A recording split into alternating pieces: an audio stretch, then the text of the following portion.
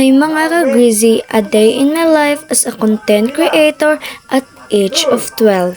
Part 5. So karon di ay kay gigutom man inyong ka-Grizzy sumunang magmeryenda sa mi. So sakto pod nga naay kamuti. So amo ning prituhon ug nagsugod na pod og panit inyong ka-Grizzy. Kay wala man mi kutsilyo mga ka-Grizzy, munang sundang na lang ang akong gigamit. So naginahinay lang ko og panit diya guys kay hadlok tag masamad, hait ra ba jud ang sundang. Pagkataod-taod kay kiabot na ang gisugo ni mama nga si ate og oil ug sintral para gamiton sa pagprito sa kamuti. Pagkataod-taod kay gitabangan na din kong mama ana kay murag daghan-daghan jud ang among kamuti kay kung ako ra murag masyam-syaman pa ta anya ni mahuman og panit.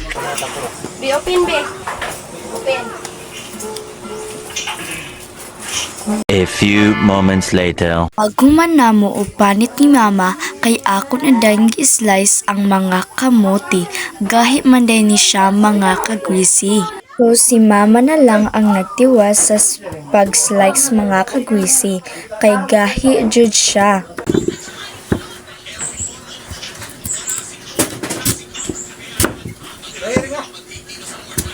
One eternity later. Naaranan kay ay ang mga kamuti na among napanitan og napikas-pikas ni mama. Kay wamantay kaligo mga ka-Grizzy maligo sa ta. Human ako og kaligo mga ka-Grizzy og limpyo na kaayo ta. Pag humang kaligo, di jud nato lintan ang pagpanawas kay manimaho man kataani og pako. Pag humandan nako o kaligo, kay giluto na din nako ang kamote.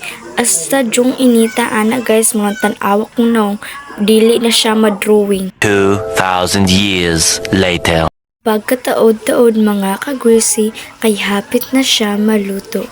Lami jud kay ning kamuti nga giprito, dayon butngan pagyud og sintral. A few moments later. Ay naluto naman ang kamote, ako na day nang gihaon. O makit-an jud ninyo sa akong naunga asta jong inita. Gihinayan na day namo diha ang kalayo kay basin mapagong. 2,000 years later.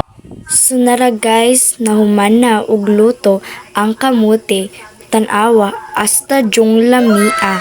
Ugway langan-langan, gitilawan na din nako ang kamote. So astang lamia ug sakto ra jud siya pagkaluto.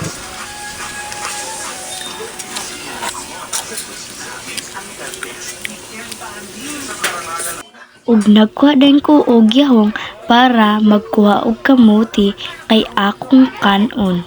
Awa napay pagudkod nako diha kay lami jud kaayo siya guys.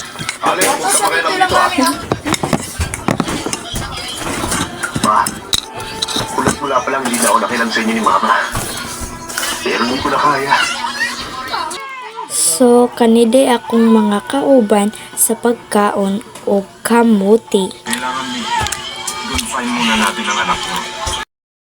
Kamuti plus cook equals busog jud kaayo ta karong adlaw.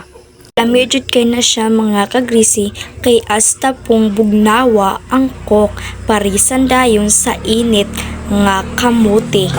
Abre yung baso dito. Oh, 2,000 years later. Pagkagabi kay gainom dayon ko og Milo.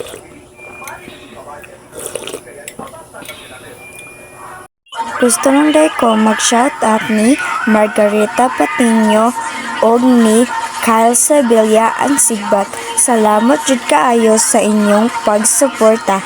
Thank you. Goodbye.